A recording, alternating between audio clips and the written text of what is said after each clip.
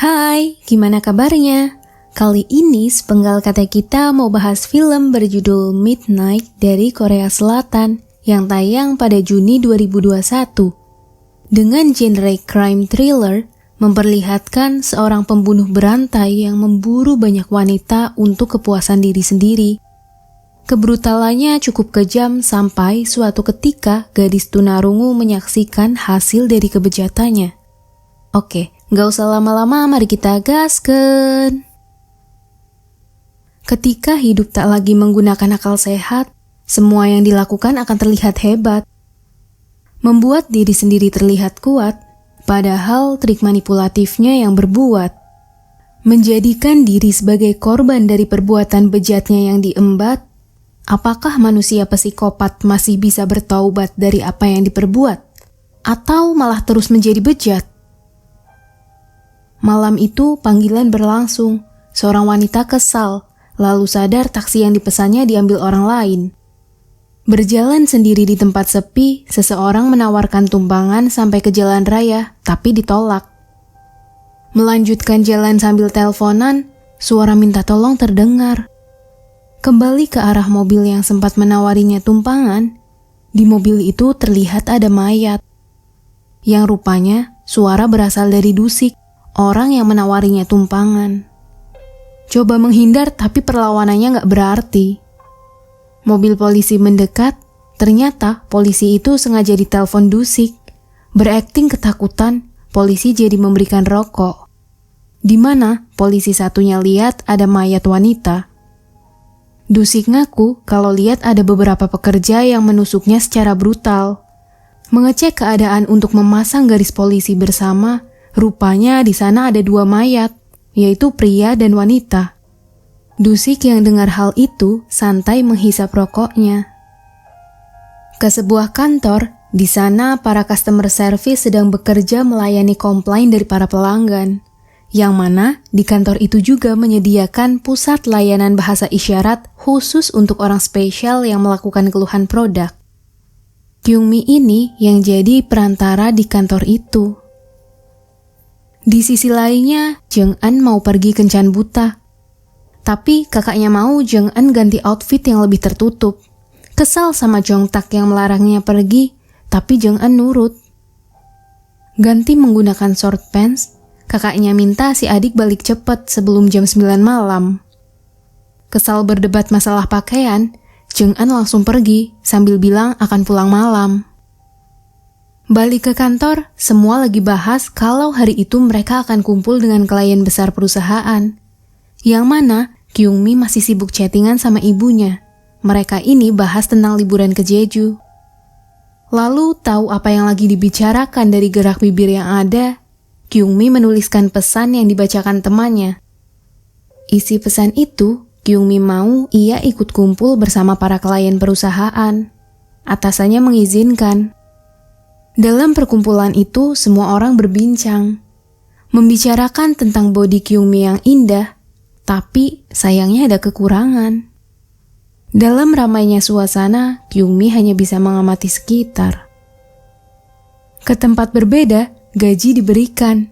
Ibu Kyungmi yang sama-sama tunarungu mendapat gaji besar atas kerja kerasnya. Ngaku kalau gaji itu mau digunakan untuk berlibur sama anaknya. Di mana waktu bertugas, Jong-tak masih mikirin adiknya yang gak ada kabar. Balik ke Kyungmi, ia nunggu di pinggir jalan. Yang mana ibunya mendekat dan berjalan cepat. Tapi sistem deteksi gerakan terlihat. Kyungmi ngelarang untuk mendekat, motor melintas tepat di hadapannya. Dan syukurnya si ibu masih selamat. Mereka berdua lanjut berbincang, si ibu bahas liburan ke Jeju bersama. Menunjukkan sudah mendapati gajinya, mereka bahagia. Balik ke rumah, Jong-tak ini masih belum lihat batang hidung adiknya. Dan di jalanan, Dusik lihat Kyungmi dan ibunya yang berkomunikasi pakai bahasa isyarat. Janji akan menemuinya lagi di sana. Lihat Kyungmi yang pergi, Dusik turun dan mendekat cepat. Memastikan sekitar aman, ia mau membunuh si ibu. Tapi tiba-tiba Jung-an muncul. Berteriak di panggilan kalau sudah dekat dengan rumah. aksinya gagal. Dusik jadi membatalkan misi dan mengincar Jung-eun yang masih sibuk sendiri. Ke parkiran, Kyung-mi masih cari keberadaan ibunya, di mana si ibu ini nunggu di pinggir jalan. Jong-tak yang khawatir juga menghubungi adiknya lagi, tapi nomor udah gak aktif.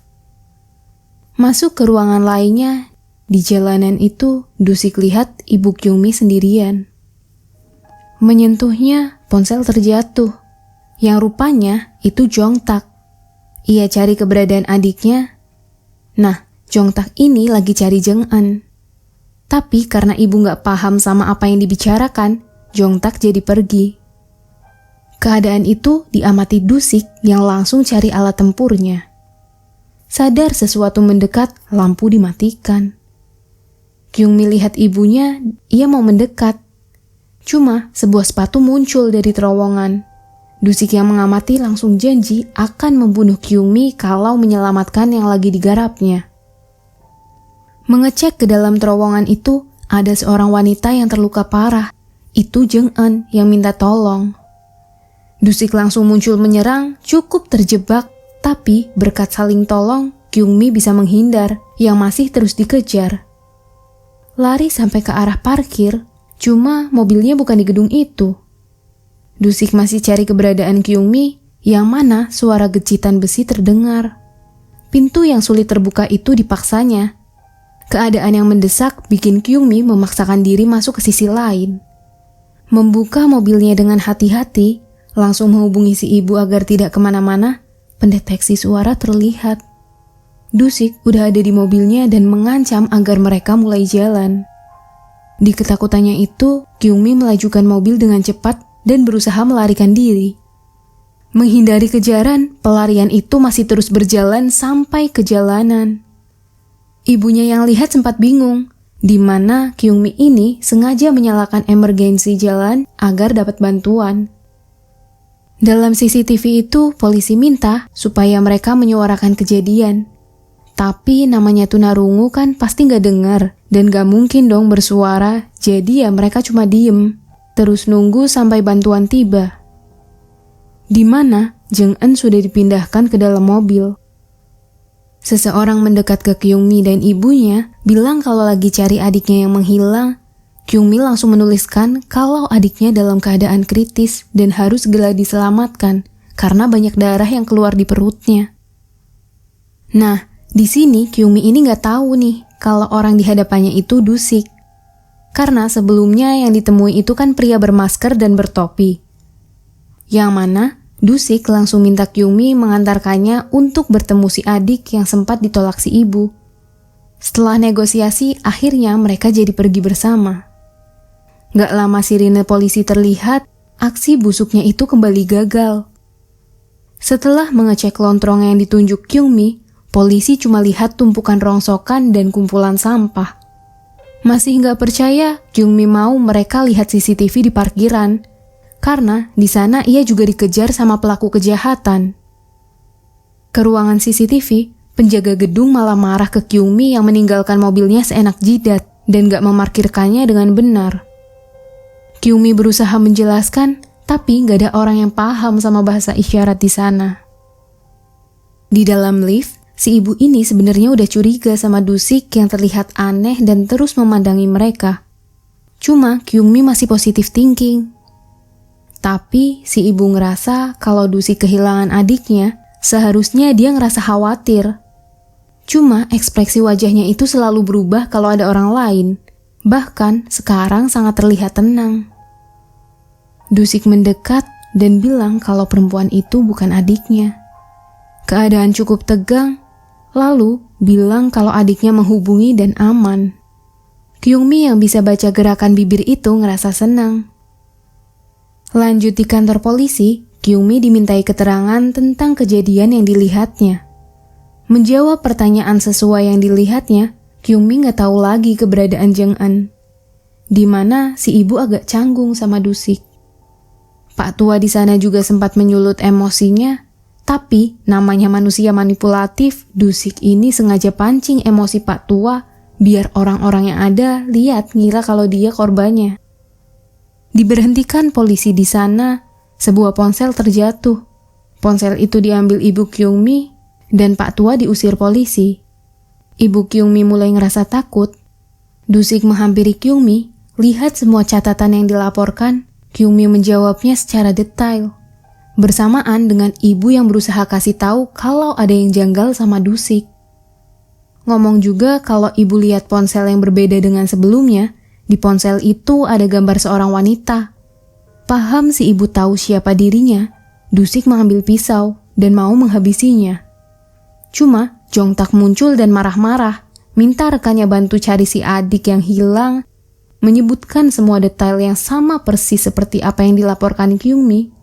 Memperlihatkan foto yang ada, Kyungmi membenarkan kalau orang yang terluka adalah gadis yang ada dalam foto. Pak Tua kembali masuk yang ditahan, dan Ibu Kyungmi paham kalau itu foto wanita yang ada di wallpaper HP yang jatuh. Ditahan untuk bersuara, mengancam untuk diam kalau tidak nyawa putrinya akan mati. Jongtak masih coba gali informasi tentang adiknya, yang mana isi dalam tas itu ditunjukkan. Dusik mulai gerak, teriakan yang gak jelas itu bisa bikin Jongtak jadi sigap. Bilang kalau Dusik yang melukai adiknya, Jongtak jelas murka. Melawannya dengan gampang, ibu dan Kyungmi pilih keluar ruangan. Menanyakan keberadaan adiknya dengan tangan yang penuh sayatan, Dusik memperlihatkan ketakutan adiknya waktu disiksa. Jongtak gak terima, sengaja buat Dusik gak berkutik, menanyakan keberadaan adiknya dengan mengancam. Polisi yang masuk buat Dusik akting ketakutan. Menjelaskan kalau Dusik adalah pelaku kejahatan, kedua polisi yang ada bilang kalau Dusik adalah saksi. Karena masih terlihat salah di mata rekan polisinya itu, Jongtak disetrum sampai gak berdaya. Dusik masih bertahan dengan kemanipulatifannya.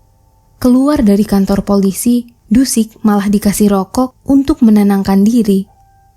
Kyungmi sama ibunya bingung, Dusik bisa lolos dengan mudahnya. Coba mengutarakan yang dimaksud, polisi itu malah berterima kasih atas waktu Dusik. Setelahnya, dapat informasi yang ada, rekan polisi itu minta maaf. Jongtak jelas kesal, dirinya yang coba menangkap untuk tahu keberadaan adiknya malah dicurigai temannya sendiri. Di mana Dusik balik ke mobilnya. Ia cari lokasi di mana rumah Kyungmi berada dari lembar laporan kepolisian. Kyungmi sama ibunya juga diantar ke rumah, yang mana Kyungmi ini sebenarnya masih khawatir sama Jung-eun. Ibunya menenangkan dan lampu rumah nyala, tandanya ada suara atau ada yang datang. Mau mengeceknya, mereka coba buka pintu bersama. Ternyata itu atasan kerja si ibu. Mereka pergi, Kyungmi masih ngamatin. Gak lama dari itu lampu mati dan pintu terbuka. Dusik bisa masuk dengan mudahnya, memandangi Kyungmi. Kyungmi sadar di rumah itu ia gak sendirian. Coba melihat sekitar, tapi di sana gak ada apa-apa. Cuma lampu pendeteksi suara itu menyala. Menghampiri semua lampu yang nyala, rupanya Dusik ini sengaja buat kebisingan di setiap sudut rumah. Habis itu, Kyungmi ini mau kirim pesan ke Jongtak untuk bela sungkawa atas hilangnya si adik yang belum ketemu. Di mana Dusik yang mengamati mau menghabisinya dengan alat yang ada. Kyungmi sadar kalau kelincinya gerak. Paham situasi, Kyungmi berhasil menghindar. Lalu ngunci diri, mengirim pesan ke Jongtak bilang kalau Dusik ada di rumahnya. Kyungmi yang ketakutan minta ibunya gak pulang ke rumah. Dusik mendengar sesuatu. Si ibu balas pesan tentang pintu rumah yang kebuka dan bilang kalau sepertinya ada orang yang masuk. Kyungmi berusaha keluar dari ruangan dan menyelamatkan si ibu, lalu sadar kalau itu bukan gaya tulisan ibunya. Dusik langsung memaksanya keluar, yang berhasil gagal. Ya, jadi ponsel ibunya itu dipegang sama Dusik. Jongtak juga masih lari ke rumah Kyungmi untuk menyelamatkan. Kyungmi coba mengamati keadaan dan kapak langsung merusak pintu yang ada. Berusaha kabur dari jendela kamar, Dusik bisa tarik rambut Kyungmi yang menahannya. Coba melukai tangannya, Kyungmi terlempar ke jalanan. Dengan rasa sakit yang ada, pelarian itu terus dilakukan. Jongtak yang lihat juga ikut ngejar. Kekuatan fisik yang tiada henti diperlukan demi kabur menghindar dari kejaran dan tangkapan. Masih menjelajah tempat sampai terperangkap di suatu tempat, Kyungmi coba melindungi dirinya, tapi Dusik langsung menyerang dirinya sendiri. Yang mana Jongtak ada di sana. Bernegosiasi akan memberitahu lokasi adik yang sekarang lagi sekarat dengan menukarkan nyawa Kyungmi. Kyungmi sendiri baru tahu orang yang diajaknya bicara adalah Jongtak. Coba minta bantuan, Kyungmi yang bisa baca gerak bibir Dusik paham kalau Jongtak harus memilih salah satu di antara mereka. Jongtak juga minta maaf, ia pergi. Di rumah Kyungmi, Jongtak coba cari sesuatu di sana. Langsung menelpon Dusik, Jongtak mau tahu keberadaan adiknya. Cuma Dusik mau Jongtak coba menemukannya sendiri. Di keadaan itu, Kyungmi masih lihat sekitar. Ibu Kyungmi juga pulang, melemparkan pasir ke matanya. Kyungmi coba menghindar dari sana. Si ibu juga berusaha nemuin anaknya. Dalam pelarian itu, seorang wanita jatuh dari mobil. Paham kalau itu Jung Eun yang terluka. Dusik juga lihat kalau mobilnya kebuka. Ke rooftop, Kyungmi gak ada lagi di sana. Si ibu jelas histeris. Kyungmi berusaha nyelamatin Jung Eun. Ke mobil, ngambil pisau yang ada. Kyungmi masih ngasih tahu kalau kakaknya ada di sekitar sana. Langsung berinisiatif agar Jung Eun minta bantuan secepat mungkin. Kyungmi pergi. Dusik menghampiri tempat persembunyian, hampir ketahuan. Kyungmi berteriak kencang dengan modal pisau kecil yang dipegangnya. Mendengar semua kejadian, Jung Eun hanya bisa bungkam. Menyalakan lampu pertolongan, perlarian kembali ada.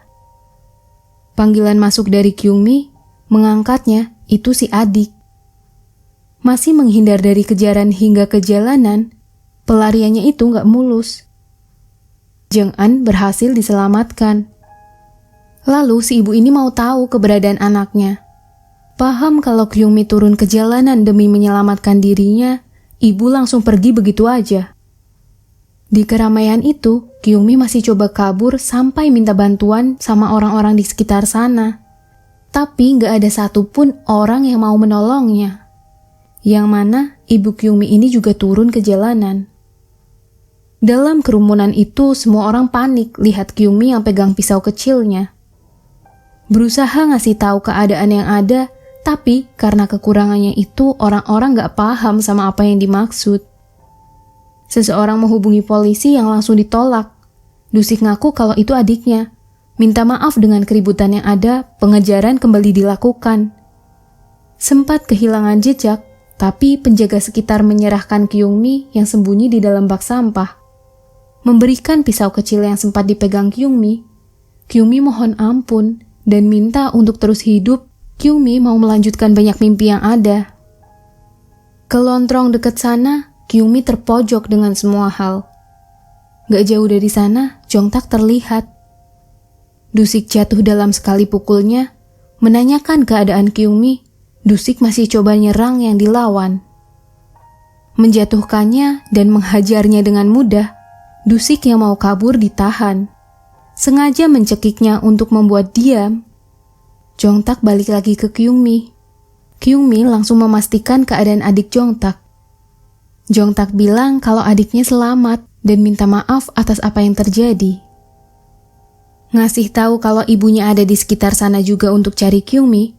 Dusik ini sebenarnya masih sadar. Ia juga dengar. Cuma Dusik pura-pura pingsan. Jongtak berterima kasih untuk semua hal. Dusik langsung nyerang tanpa ada jeda. Kyungmi coba mengacungkan pisaunya.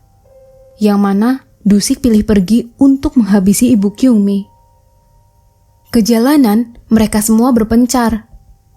Si ibu yang histeris juga lihat Dusik. Berdiam diri, Dusik menghampiri. Ngobrol baik-baik karena itu tempat umum, Dusik ngajak agar mereka pergi ke tempat di mana Kyungmi berada. Mulai gerak, Kyungmi lihat hal itu. Ia lari cepat mendekat, menusuknya hingga berdarah. Kyungmi mau ibunya tetap di sana. Ia akan menyelesaikannya dengan baik. Dusik malah ngomong, Kyungmi ini bodoh, bahkan menusukkan pisau aja meleset. Coba mengarahkan tangan Dusik, Dusik baru sadar kalau pisau itu sengaja ditancapkan ke tubuhnya sendiri. Di keramaian itu, semua orang lihat. Berusaha menjelaskan dengan trik manipulatifnya yang seolah jadi korban, tapi kali itu Dusik gagal. Sampai polisi tiba, berusaha menahan, polisi itu juga diserang. Kesal karena Kyungmi tersenyum, Dusik mendekat yang langsung ditembak. Meski terluka, jiwa psikopatnya sudah ditutupi dengan amarah yang berkobar. Coba mendekat, peluru diarahkan ke badannya yang buat gak berdaya. Masih mau coba nyerang, Jongtak muncul dan melawannya. Buat Dusik benar-benar sekarat. Malam itu, semua derita berakhir. Ke pantai, Kyungmi yang berhasil sembuh dari lukanya, sekarang ia lagi nikmati liburan di Pulau Jeju bareng si ibu. Jongtak sama adiknya juga muncul, mereka buat kenangan indah bersama. Film yang membahas isu feminisme, keluarga, tanggung jawab, serta kebejatan, semua dirangkum dengan apik, jadi sebuah alur yang bikin manusia harusnya lebih was-was dengan keadaan. Coba memahami sekitar tanpa judge yang gak diketahuinya, menyelamatkan yang harus diselamatkan dan membasmi yang harus disingkirkan. Nah, jadi gitu ceritanya, dan begitulah cerita film Midnight. Terima kasih sudah menonton. Bye-bye, salam sepenggal kata kita. Bye!